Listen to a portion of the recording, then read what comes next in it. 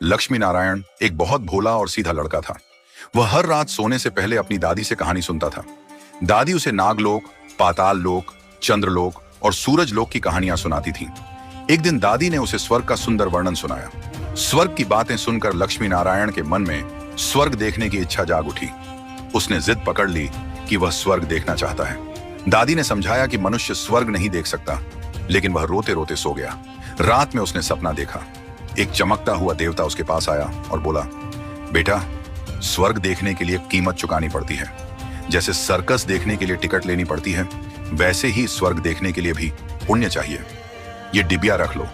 जब तुम अच्छा काम करोगे तो इसमें 1 रुपया आ जाएगा, और बुरा काम करोगे तो 1 रुपया उड़ जाएगा। जब डिबिया भर जाएगी तब तुम स्वर्ग देख सकोगे। सुबह उठकर उसने सचमुच अपने पास एक डिबिया पाई। वह बहुत खुश हुआ। एक दिन दादी ने उसे एक पैसा दिया। रास्ते में एक बीमार भिखारी ने उससे पैसे मांगे। वह देना नहीं चाहता था, लेकिन तभी उसके अध्यापक सामने आ गए। अध्यापक अच्छे और दान देने वाले बच्चों की तारीफ करते थे, इसलिए उसने भिखारी को पैसा दे दिया। अध्यापक ने उसकी प्रशंसा की। घर आकर जब उसने डिबिया खोली तो वह खाली थी। उसे बहुत दुख हुआ। रात में फिर देवता सपने में आए और बोले, तुमने पैसा प्रशंसा पाने के लिए दिया था, वह पुण्य नहीं सौदा था। अगले दिन दादी ने उसे 2 आने दिए। उसने 2 संतरे खरीदे। उसका दोस्त मोतीलाल बीमार था।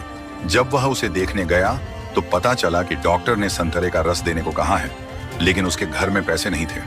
लक्ष्मी नारायण ने अपने दोनों संतरे उसे दे दिए। घर आकर उसने डिबिया खोली तो उसमें 2 रुपये चमक रहे थे। वो बहुत खुश हुआ। एक दिन खेलते समय उसकी छोटी बहन ने उसके खिलौने छू लिए। गुस्से में उसने उसे मार दिया। बाद में जब उसने डिबिया खोली तो उसमें से कई रुपए गायब थे। उसे बहुत पछतावा हुआ। उसने निश्चय किया कि अब कभी बुरा काम नहीं करेगा। धीरे धीरे उसका स्वभाव अच्छा हो गया। अब वह लालच से नहीं बल्कि मन से अच्छे काम करने लगा। उसकी डिबिया रुपयों से भर गई। एक दिन वह बगीचे में गया। वहां एक बूढ़ा साधु रो रहा था। साधु ने बताया कि उसकी भरी हुई डिबिया गंगा में गिर गई है। लक्ष्मी नारायण ने अपनी डिबिया साधु को दे दी। साधु ने उसके सिर पर हाथ फेरा। उसकी आंखें बंद हो गईं और उसे सुंदर स्वर्ग दिखाई देने लगा।